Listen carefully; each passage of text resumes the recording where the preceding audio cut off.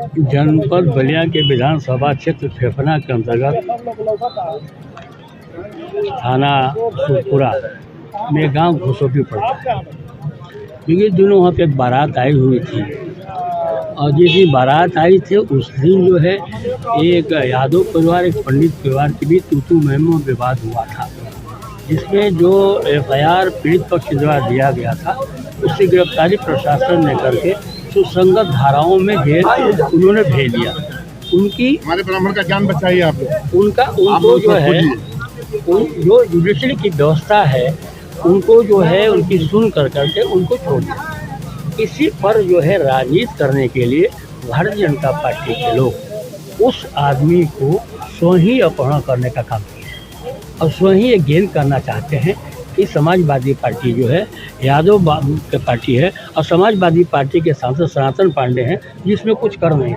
सनातन पांडे पहले ही दिन से लगे हुए हैं और लगातार मैं SP से संपर्क में हूँ और प्रशासन संपर्क हूँ, जिसको स्वीकार भी किए हैं SP साहब कि आप संग्राम चौधरी लगातार मुझे संपर्क हमारे इसमें स्वीकार किया कि ये दूसरी तरह घटना है। मतलब दूसरी तरह घटना समझ लीजिए कि जो चीज़ FIR में डाला गया है वो नहीं है।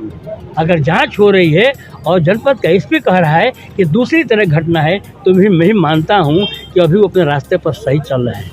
कल दबाव में आकर कोई कार्रवाई करें, इसके पीछे मैंने मजबूती देने के लिए कि आप जिले के कप्तान हैं, आप जिलाधिकारी हैं, आप सबके मालिक हैं, आप अन्याय न होने दें। जो दोषी हो उसको आप सज़ा दिलवा दें। उस लाइन में अगर 7-5 दोषी हैं इनको भी सज़ा दिलवाई जाए। एक हमको डर है कि हमारा ब्राह्मण परिवार का एक आदमी कहीं इनके साजिश का शिकार न हो जाए, उसकी हत्या न हो जाए, उसकी हत्या न कर दे लोग। ये दिखावे काम करती है भारतीय जनता पार्टी, को दूसरा काम नहीं करती है। इनका इतिहास रहा है, एक दिन में गणेश जी को दूध पिलाने का इतिहास रहा है, इनका झूठ बोलने का इतिहास है।